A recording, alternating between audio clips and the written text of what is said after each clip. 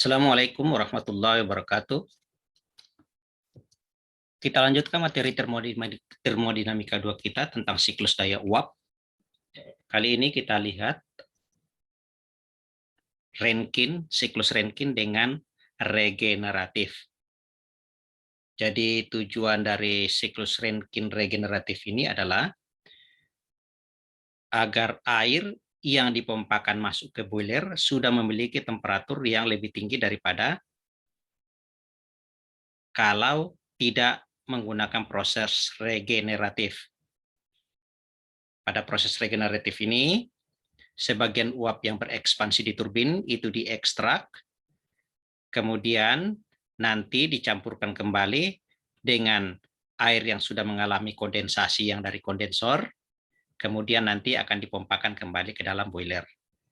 Nah, siklus regeneratif ini ada dua. Ada yang berbentuk open feed water heater, dan ada yang berbentuk closed feed water heater.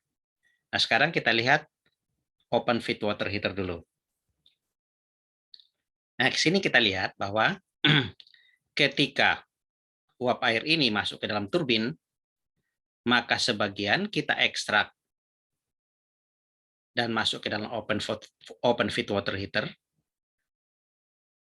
Kemudian sebagian lagi terus berekspansi, kemudian keluar uap di sini dikondensasikan ya dengan menggunakan air pendingin, lalu dipompakan masuk ke dalam open feed water heater ini. Dikatakan open sebab ini bercampur langsung fluida yang dari sini dan ke sini, lalu dipompakan menuju ke boiler. Diagram TS-nya seperti ini. Ya.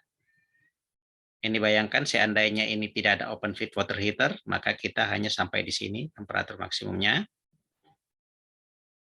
Kemudian jika menggunakan regeneratif ini, sistem regeneratif, maka bisa kita naikkan lagi menjadi seperti ini.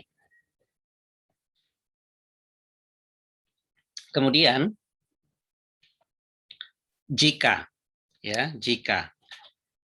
fraksi atau persentase uap yang diekstrak dari sini kita sebut dengan Y%, maksudnya kalau di sini 100% atau 1, ya 1 itu, maka kalau yang masuk di sini Y, tersisa yang di sini adalah 1 min Y.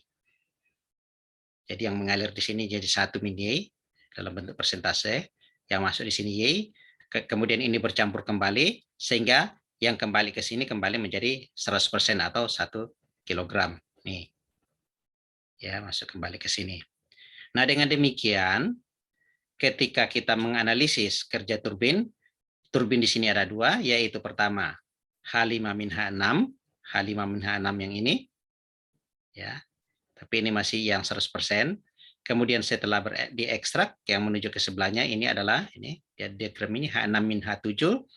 Fluid yang masuk ke sini adalah yang sudah 1 min Y. Kalau di sini tadi masih 1 kilogram, yang masuk ke sini tinggal Y atau Y%. Kalau di sini masih 100%, kalau di sini Y, kalau di sini 1 min Y. Dengan demikian kerja turbin adalah H5-H6 kali 1, kemudian H6-H7 kali 1 min Y fraksinya. Kemudian pompa, kerja pompa ada dua, ya. Ya, ini pompa yang satu, jadi kalau saya tulis di sini kerja pompa 1, saya tulis saja di sebelah sini.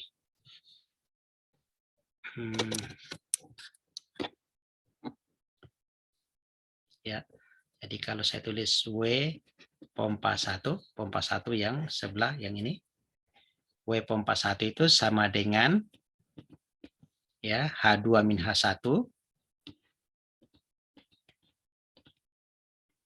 kemudian dikalikan dengan fraksi yang lewat di sini. Fraksi uap yang lewat di sini adalah 1 min Y. Kemudian pompa 2 yang ini, pompa 2 yang lewat di sini sudah 100%. Berarti pompa 2 itu adalah H4-H3. Tentu saja kita kalikan dengan 1 atau 100%. Maka kerja total pompa, ya, W pompa itu adalah W pompa yang 1 ditambah W pompa yang 2. Ya. Ya, kalau saya menulisnya di sini, W pompa 1 itu adalah yang hanya H2-H1. Ya.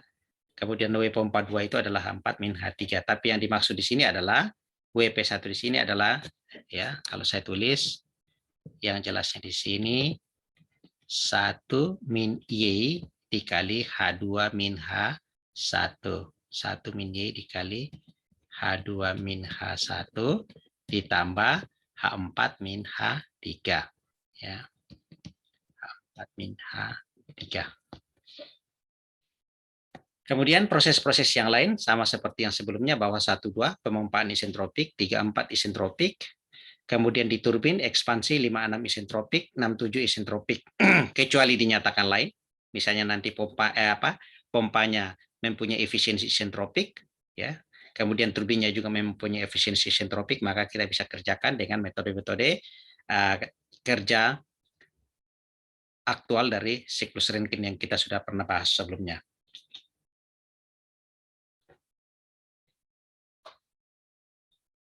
Ya, kita lihat contoh soal. Ya.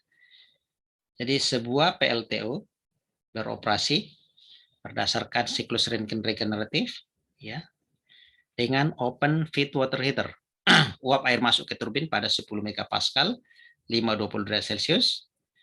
Kemudian sebagian diekstrak menuju open feed water heater pada 1 megapascal, dan sebagian lagi terus berekspansi dalam turbin dan keluar dari kondenser pada tekanan 20 kilopascal. Hitung efisiensi thermal siklus. Jadi kalau kita lihat di gambar ini, di sini ada 3 jenis tekanan, ya. Tekanan 1 sama dengan 7, tekanan 2, 3 dan 6 itu sama. Kemudian tekanan 4 dan 5 itu sama. Jadi tekanan tinggi, kita mulai dari tekanan yang paling tinggi.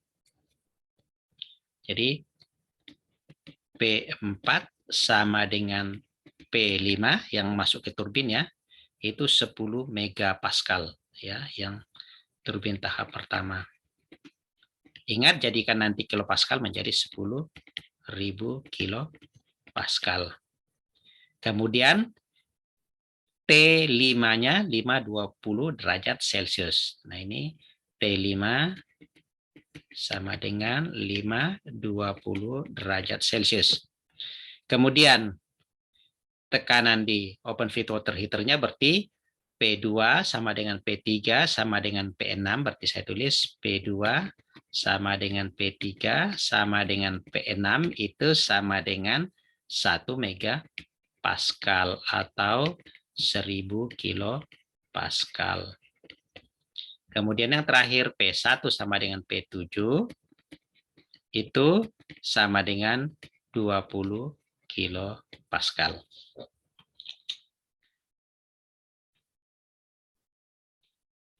Nah, sekarang kita lihat, ya, ini yang tadi yang saya sudah tulis, yang diketahuinya. Kemudian kita analisis dari satu persatu, mulai dari titik-titik, dari titik ke titik. Mulai dari titik 1, kondisi saturated liquid, ya. Kita buka tabel uap, tabel tekanan, kondisi saturated liquid, yaitu yang ada kode F-nya. Maka dari sini kita dapatkan H1-nya atau HF-nya, ini sama dengan 251,4.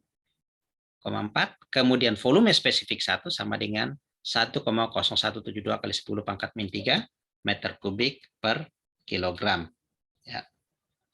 Kemudian titik 2, ya, titik 2 ini mudah-mudahan masih ingat. Jadi untuk 2 ke titik 2, jadi H2 itu diperoleh dengan cara H1 ditambah V1 dikali P2 min P1.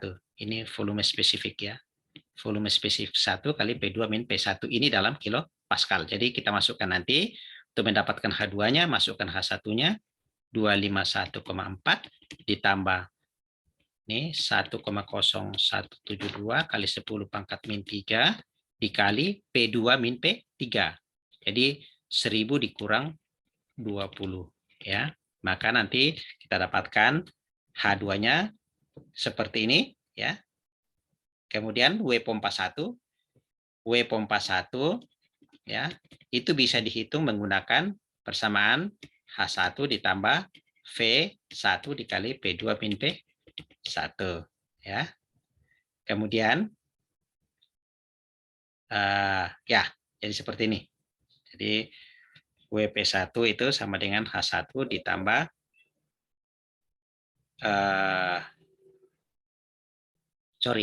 WP1 itu sama dengan, maaf ini salah, ini tidak ada ini.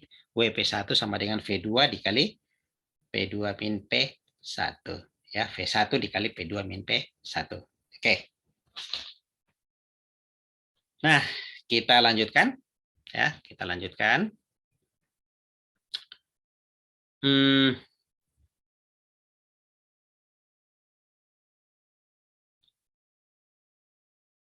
Titik 3. Ya, titik 3. Ini titik 3 sama dengan ini. Kondisinya adalah saturated liquid berdasarkan P3 1000 kilopascal ya. Ini nanti kita dapatkan dari tabel. Ini berdasarkan P3 1000 kilopascal dari tabel, dapatkan nilai HF-nya ya dan VF-nya karena ini kondisinya adalah saturated liquid ya. Ini kita dapatkan seperti ini. H3-nya sekian, V3-nya sekian. Kemudian menuju titik 4 ya, ini titik 4 sama dengan prosedur sebelumnya. Untuk mendapatkan H4 ya, kita bisa menggunakan H4 sama dengan H3 ditambah P4 min P3 dikali volume spesifik 3 ya. Seperti itu. Kemudian bisa dicari nanti WP4-nya nanti di sini ya. Jadi WP maksudnya WP2-nya. Ini dia. Ditulis WP2 di sini ya, pakai ini aja. Boleh pakai WP2 sama dengan H4 min H3, boleh. Jadi boleh H3 min H4 min H3 atau boleh juga menggunakan V3 dikali P4 min P3 ya, seperti itu. Maka didapatkanlah nilai seperti ini. WP2-nya seperti ini ya, H4-nya seperti ini. Kemudian kita lanjutkan. Titik 5. Titik 5 di sini tadi kita dapatkan tekanan dan temperaturnya ada. Ini kan kondisinya adalah superheated vapor. Kalau di titik ini tidak usah diuji lagi, pasti superheated vapor ya. Kecuali kondisi-kondisi asumsi misalnya saturated vapor ya. Tapi kalau ini pasti superheated pada kondisi yang aktual. Jadi titik 5 ini superheated yaitu berdasarkan P5 dan T5. P5-nya tadi ya, masih ingat P5 tadi itu berdasarkan P5 sama dengan 10 megapascal dan T5 sama dengan 520 derajat Celcius. Hati-hati ketika melihat tabel ya. Kalau di tabel misalnya tabel menggunakan cengel tidak ada 520 harus interpolasi, maka menggunakan tabel yang Moran. Ya, atau sebaliknya misalnya Anda lihat Moran pada kondisi superheated seperti ini ternyata tidak ada 520, maka kemungkinannya itu ada di cengel. Tapi kalau kedua-duanya memang tidak ada langsung muncul di situ, maka Anda baru melakukan interpolasi ya. Oke. Kemudian kita lanjutkan, diperoleh ya seperti ini H5-nya dan S5. Kenapa pakai SS di sini? Karena nanti di sini kan proses 5, 6, dan 7 adalah proses yang isentropik, yaitu S5 sama dengan S6 sama dengan S7.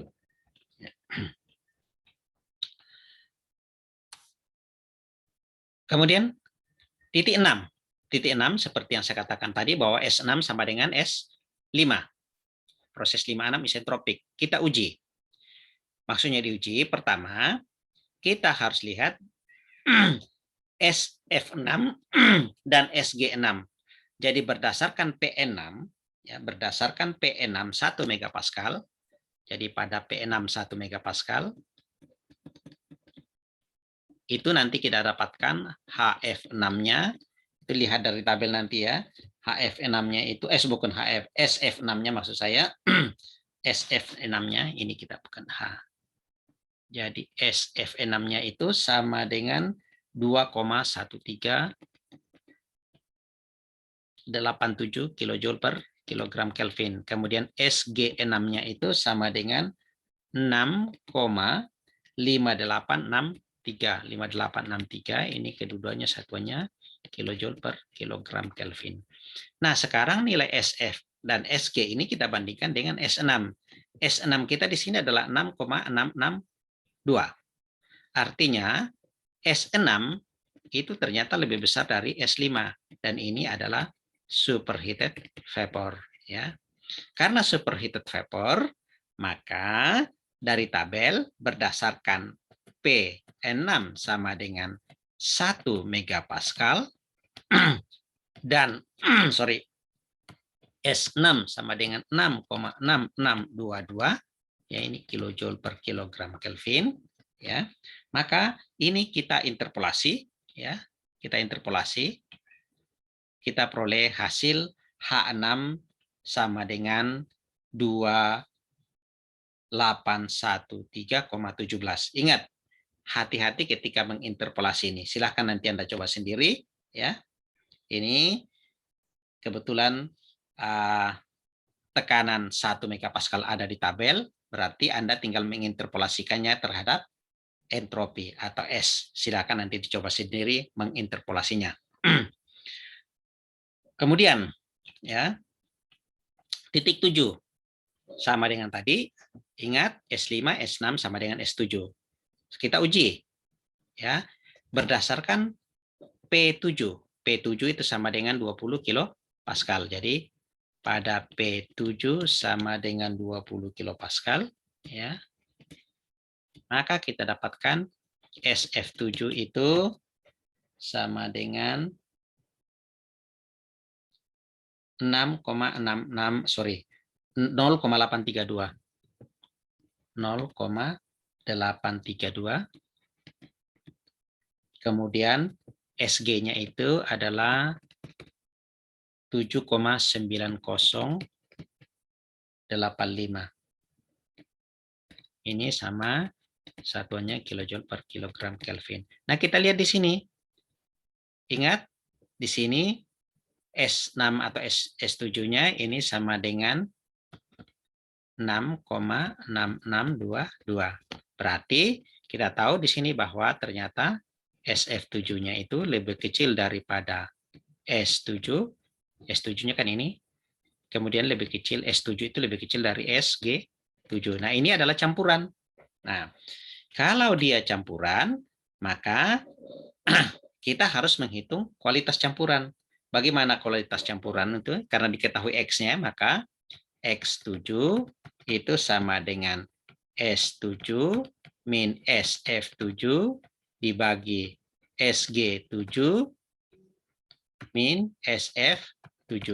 S7-nya 6,6622, SF7-nya yang ini 0,832, SG7-nya yang 7,9085.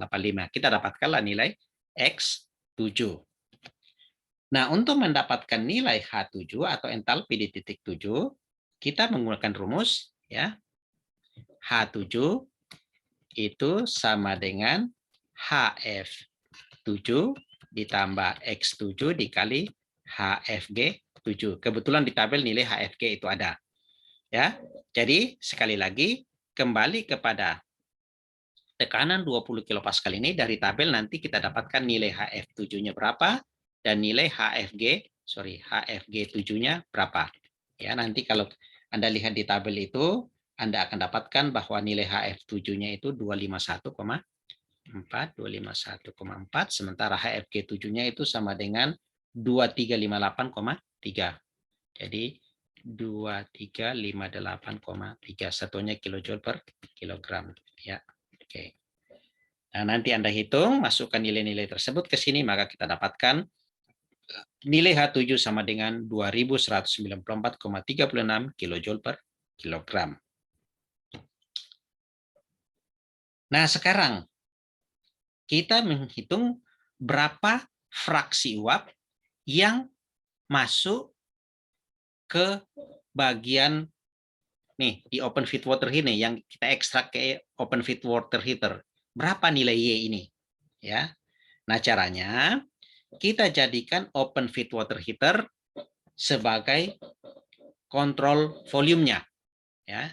Jadi saya ambil dulu gambar dari open feed water heater-nya ya. Ya. Jadi kalau saya ekstrak ya di bagian open feed water heater-nya ini kalau saya gambarkan seperti ini, gambarnya adalah saya buat ini yang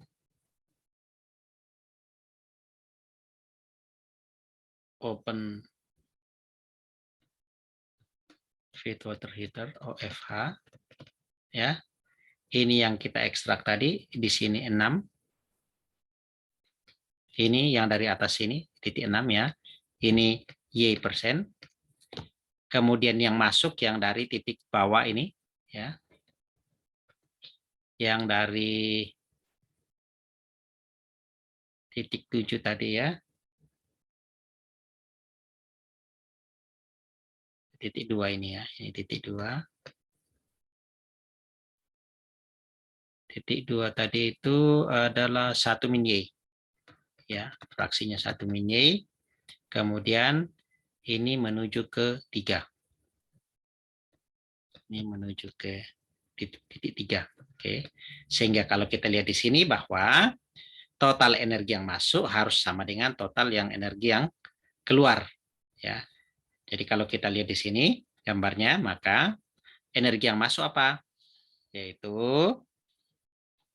Y. Ya, Y dikali H6. Jadi H6 kali Y. Bentar ya. Saya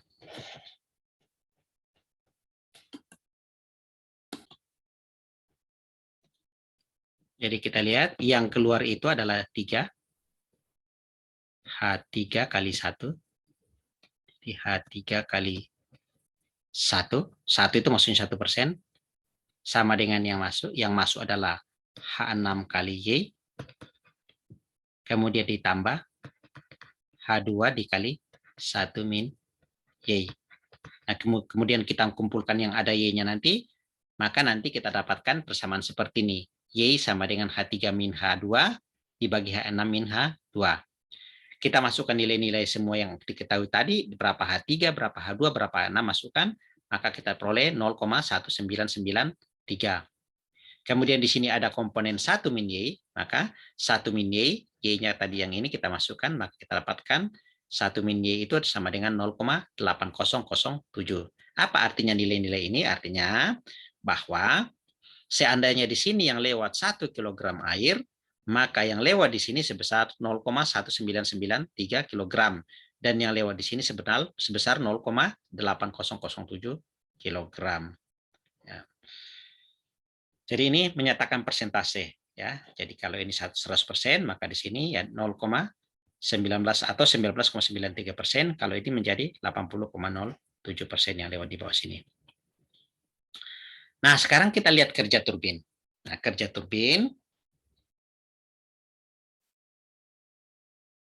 turbinnya itu adalah mudah-mudahan masih ingat tadi ini dia rumusnya ya. Jadi kita tinggal masukkan H5-nya berapa. Semua angka-angka ini kita sudah peroleh termasuk 1 min Y seperti ini, maka kita dapatkan W turbin 1107,3986 kJ per kilogram.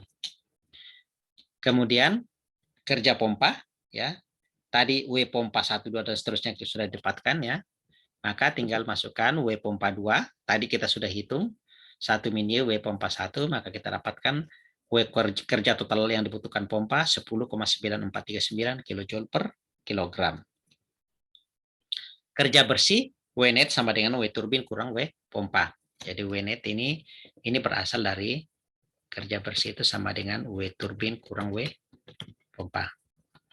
Kemudian calor supply Q in ya. Q in-nya di sini tadi ya, yaitu H5 min H4 di sini yang masuk ke boiler H5 min H4 ya kali 100%. Ini Q in-nya, ini calor supply H5 min H4. Masukkan nilai H5 berapa, masukkan nilai H4 berapanya, maka diperoleh Q in-nya seperti ini. Maka diperoleh efisiensi thermal siklus sebagai berikut. Ingat selalu efisiensi thermal sama dengan W net dibagi dengan Q in ya kali 100% kalau mau dijadikan persen. Maka kita dapatkan bahwa ya efisiensi Ya, dari siklus kita di atas tadi adalah 41,34%.